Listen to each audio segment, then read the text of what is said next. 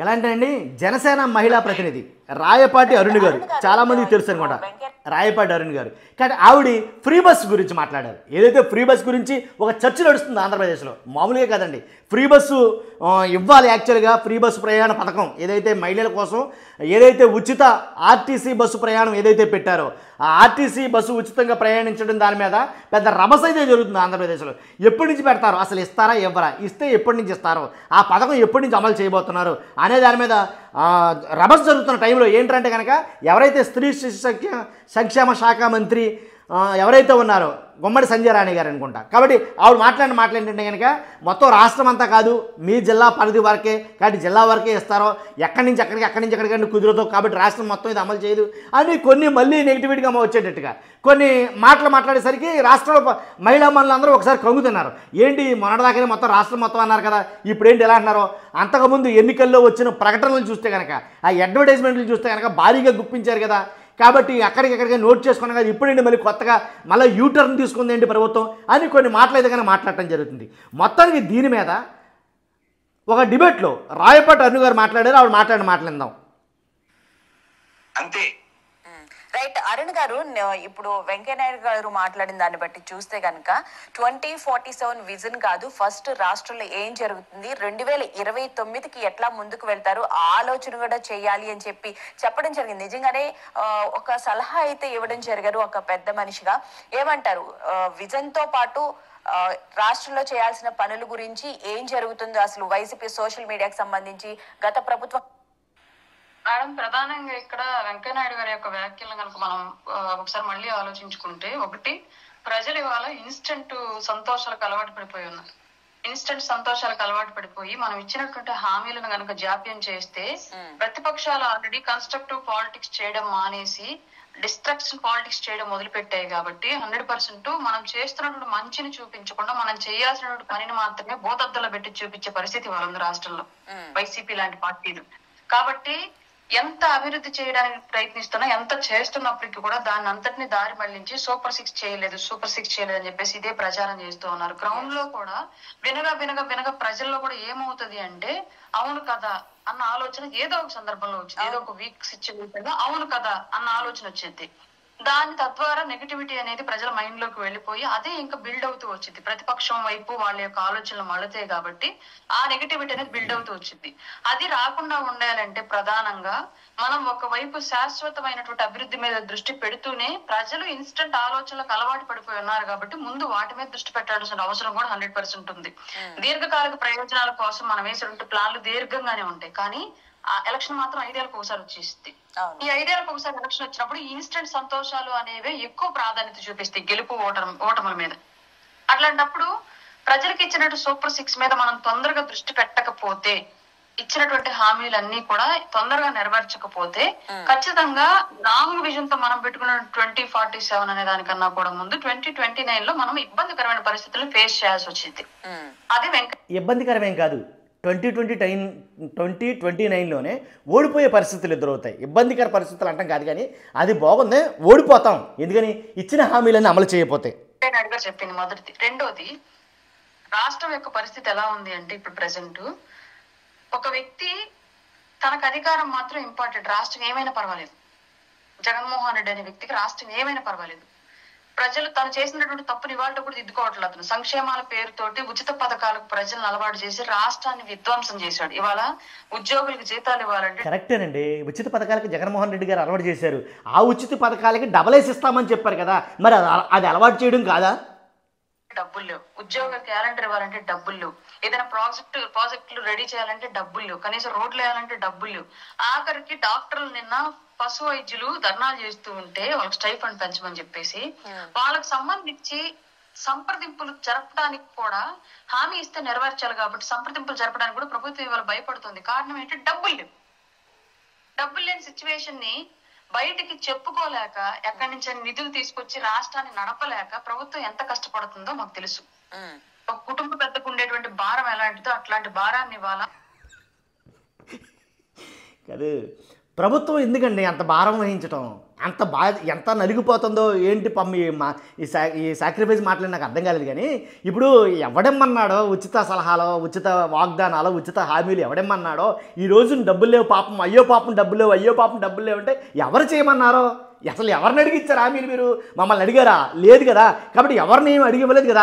మీ అంతటి మీరే అసలే జగన్మోహన్ రెడ్డి గారు ఎలా చేస్తాడో ఏంటో తెలియక సతమతం అయిపోతున్న రాజకీయ విశ్లేషకులతో సైతం.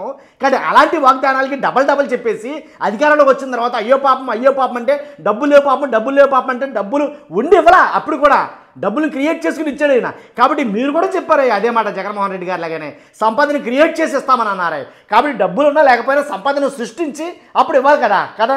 మరి ఎందుకు మరి అయ్యో పాపమో? ఇవాళ ఆంధ్రప్రదేశ్ ప్రభుత్వం, అందులో చంద్రబాబు నాయుడు గారు, పవన్ కళ్యాణ్ గారు మోస్తూ ఉన్నారు. అంతో ఇంతో మన మీద ఉన్నటువంటి సహృదయంతో కేంద్రం సపోర్ట్ చేస్తోంది కాబట్టి ఈ మాత్రమైనా లాక్కొస్తున్నాం. అదే కేంద్ర ప్రభుత్వం నుంచి కూడా సహకారం లేకపోయి ఉంటే ప్రజల పరిస్థితి ఉండే. ఇది చెప్పడం మానేసి వైసీపీ అనే పార్టీ ఇంకా కూడా మా టైంలో పథకాలు ఇచ్చా, మీ టైంలో పథకాలు ఇవ్వట్లా. నీ పథకాల వల్ల ఎవడు పైకి వచ్చాడు, ఎవడు బాగుపడ్డాడు? దానివల్ల అప్పులు కరెక్టే. మీ పథకాల వల్ల ఎవడు పైకి వచ్చాడు, ఎవడు బాగుపడ్డాడో తప్పే లేదు. మరి మీరెందుకు ఆ పథకాలను ఇస్తామన్నారో? మరి మీరెందుకు ఆ పథకాలనే కొనసాగిస్తామన్నారో? మరి మీరెందుకు ఆ పథకాలకి డబల్ చేసి ఇస్తామన్నారో? ఎవడు బాగుపడతాడని, ఎవడు పైకి వస్తాడని ఎత్తున పడ్డాయి తప్ప ఎవరికి ఉపయోగపడ్డాయి ఆ పథకాలు? ప్రజల ఆలోచన కూడా మారాలి. ఉపయోగం పథకాలు మనం ఎందుకు ఇస్తామన్నాం? వీళ్ళు ఎగేస్తున్నారు. రాజకీయాల్లో ఉన్నటువంటి వైసీపీ పార్టీ పథకాలే పెద్ద వరాలుగా చూపిస్తూ ఉంది కాబట్టి ప్రజలు అసలు పూర్తిగా రాజకీయ నాయకులు అంటే ఈ పథకాలే ఇవ్వాలన్న కాన్సెప్ట్ లోకి వెళ్ళిపోతున్నారు.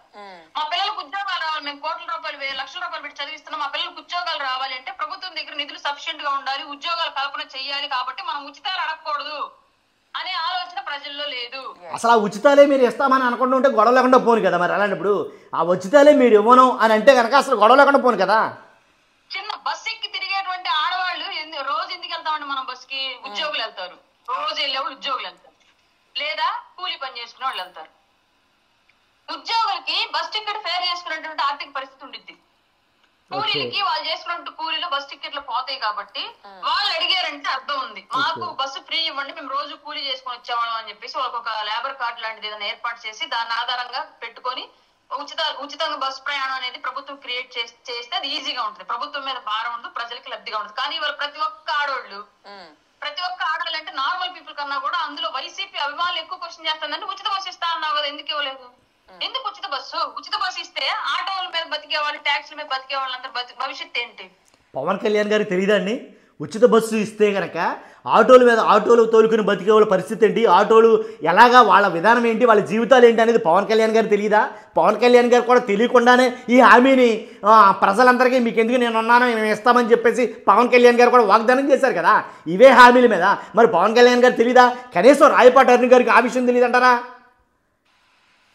తెలంగాణలో పెట్టినప్పుడే అది కరెక్ట్ కాదని చెప్పేసి గగ్గోలు పెట్టారు ఆటో వాళ్ళు. కానీ వాళ్ళ ఆంధ్రప్రదేశ్ ప్రజలు జగన్మోహన్ రెడ్డి చేసినట్టు అలవాటు మూలంగా ఉచితాలకు అలవాటు పడిపోయినాడు కదా, మన ప్రభుత్వం కూడా హామీ ఇవ్వాల్సి వచ్చింది, ఇచ్చాం.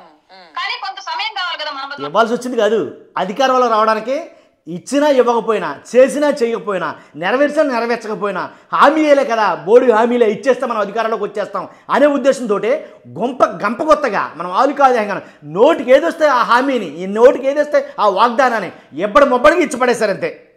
మన దగ్గర ఉన్న ఆర్థిక పరిస్థితుల దృష్ట్యా ప్రభుత్వానికి కొంత సమయం కావాలి, ఊపిరి పీల్చుకునే సమయం కూడా ఇవ్వకుండా రాజకీయంగా ఇందులో కూడా ఇవ్వలేదు. ఇంకా ఉచిత బస్సు ఊపిరి పీల్చుకునే సమయం కాదండి మేడం గారు, ఇంచుమించుగా 9 నెలలు అయింది, ఇంకొక 2 నెలలు పోతే సంవత్సరం అయిపోద్ది ఆటోమేటిక్ గా. ఇవ్వలేదు ఇంకా ఉచిత బస్సు అంటే నువ్వు అధికారంలోకి వచ్చాక అమ్మఒడి అనేది అమలు చేయడానికి జగన్మోహన్ రెడ్డి అనే వ్యక్తి ఎన్ని నెలలు టైం తీసుకున్నాడు? సంవత్సరం టైం తీసుకున్నాడు.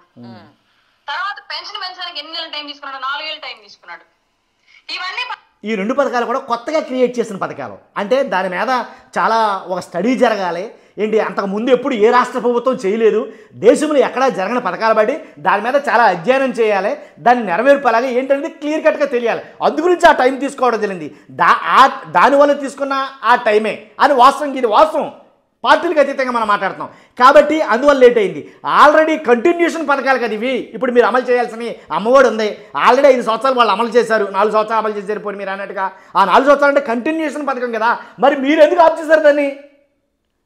పక్కన పెట్టేసి నీ దాకా వస్తేనేమో ఒక రకంగా పాలించి ఇప్పుడు ఉన్న ప్రభుత్వాన్ని మాత్రం ఇంకొక రకంగా ప్రజల్లో దుర్మార్గులుగా చూపించాలని ప్రయత్నిస్తే ఇక్కడ ప్రజలు రియలైజ్ అవ్వాలి కదా 100%. అవును, అట్లాగే ఉద్యోగాల కల్పన కూడా లేదు అని చెప్పి ప్రచారం చేస్తున్నారు. కానీ కూటమి ప్రభుత్వం అధికారంలోకి వచ్చిన ఈ 9 నెలల కాలం 2024-25 ఈ మధ్య కాలంలోనే ఎంఎస్ఎంఈల ద్వారా దాదాపు 29 లక్షల దాకా ఉద్యోగాల కల్పన జరిగింది అని అంటున్నారు. ఇది మరీ కొత్త విచిత్రమైనటువంటి 29 లక్షల ఉద్యోగాలు కల్పన జరిగిందంట. ఏంటి నాకేం అర్థం లేదు, ఒకసారి మళ్ళీ ఉందాం.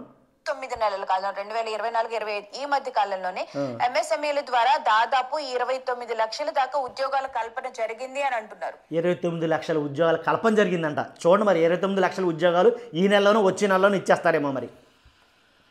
ప్రతి నియోజకవర్గంలో ప్రతి ఎమ్మెల్యే యొక్క సారథ్యంలో కంపెనీలను ఆహ్వానించి మరి జాబ్ మేళా నిర్వహించడం జరుగుతుంది. తద్వారా చాలా మంది ప్లేస్మెంట్ కూడా వెళ్లారు. ఒకటి. రెండోది, ఎంఎస్ఎంఈల ద్వారా చిన్న పరిశ్రమల నుంచి భారీ పరిశ్రమల వరకు నిధులు రిలీజ్ చేయడము, యూనిట్లు ఏర్పాటు చేసుకోండి అని చెప్పేసి ప్రతి నియోజకవర్గంలో కూడా ఎంఎస్ఎంఈ మినిస్టర్ గారు కానివ్వండి, చైర్మన్ గారు కానివ్వండి, సంబంధిత శాఖ అధికారులు కానివ్వండి మీటింగ్లు పెట్టి మరి యువతను మొబిలైజ్ చేసి వ్యాపారాల వైపు మళ్ళండి అని క్లియర్ గా చెప్పి ప్రభుత్వం చెప్పేసి వాళ్ళని వెంటపడి మరి యూనిట్లు స్టార్ట్ చేయమని చెప్పేసి నిధులు రిలీజ్ చేయడానికి సిద్ధంగా చెప్పడం జరుగుతుంది. ఆల్రెడీ కొంతమంది రిలీజ్ చేస్తున్నారు కూడా. ఇవన్నీ కూడా ఉద్యోగాల కల్పనలో భాగమే. దీన్ని పట్టించుకోకుండా ఎంతసేపటికి మాకు ఉద్యోగాల కల్పన కనిపించాలి అంటే జగన్మోహన్ రెడ్డి చేసినటువంటి ఉద్యోగాల కల్పన ఏది గత 5 ఏళ్ల పాటు చూపిస్తాడు, వాలంటీర్లు చూపిస్తాడు. వాలంటీర్లు ఉద్యోగస్తులు కాదని వాళ్ళే మనం తీసుకోవాలి అన్నా కూడా ఆ వాలంటీర్లు కూడా ఎందుకులే అంటే వాలంటీర్లు మొత్తం నిలువున మోసం చేసేసారు అయ్యే. కాబట్టి ఈ రకంగా రాయపాటి అరుణ్ గారు మాట్లాడేది ఏంటంటే ఫ్రీ బస్ ఎందుకు ఇప్పుడు వాళ్ళ కూడా అంటే వాళ్ళు ఆల్రెడీ నాయకులు ఎలాగో ఫిక్స్ అయిపోయారు, కార్యకర్తల్లో వాళ్ళ అధికార ప్రతినిధుల్లో కూడా ఈ ధోరణి ఏదైతే ఉందో అంటే పథకాలు ఇప్పుడు ఎందుకు పథకాలని జగన్మోహన్ రెడ్డి అలవాటు చేసేసాడు కాబట్టి జగన్మోహన్ రెడ్డి అలవాటు చేసిన వలన మేము పథకాలు ఇవ్వాల్సి వచ్చింది అని కొత్త రకమైనటువంటి వాదన ఒకటి తీసుకొస్తున్నారు. నాకు చాలా ఆశ్చర్యం అనిపించింది, అందుకే వీడియోలు చేయించింది. మీ అభిప్రాయంలో ఖచ్చితంగా కామెంట్ రూపంలో తెలియజేయండి. పథకాలు వేస్ట్ అంటండి, పథకాలు ఏదో జగన్మోహన్ రెడ్డి గారు అలవాటు చేశాడు కాబట్టి వాళ్ళు ఏదో పాపం చెప్పారంటే ఇస్తామని చెప్పేసి అవి కూడా చేయడానికి ఏమో డబ్బులు లేవు పాపము. కాబట్టి ఇది ఇప్పుడు జరుగుతున్న రాష్ట్రంలో జరుగుతున్న టాపిక్ మీద ఈ డిబేట్ అయితే నడిచిందనమాట. చూస్తున్న మీరు అందరూ మీ అభిప్రాయం ఖచ్చితంగా కామెంట్ రూపంలో తెలియజేయండి. ఇవ్వము, చెయ్యము, వద్దు, లేవు అని అన్నప్పుడు అవసరమా? అధికారంలో రావడానికైనా ఈ పథకాలన్నీ కూడాను అధికారంలోకి వచ్చిన తర్వాత పథకాలు వద్దు అని అంటాం సమంజసమా? మీ అభిప్రాయాన్ని కామెంట్ రూపంలో తెలియజేయండి. మర్చిపోద్దండి ఫస్ట్ లైక్ చేయండి, నాకు మోటివేషన్ కూడా ఎక్కువ మందికి ఇన్ఫర్మేషన్ షేర్ అవుతుంది. అంతేకాదు కొత్తగా మన ఛానల్ చూస్తే పక్కగా సబ్స్క్రైబ్ చేయండి. Thank you very much.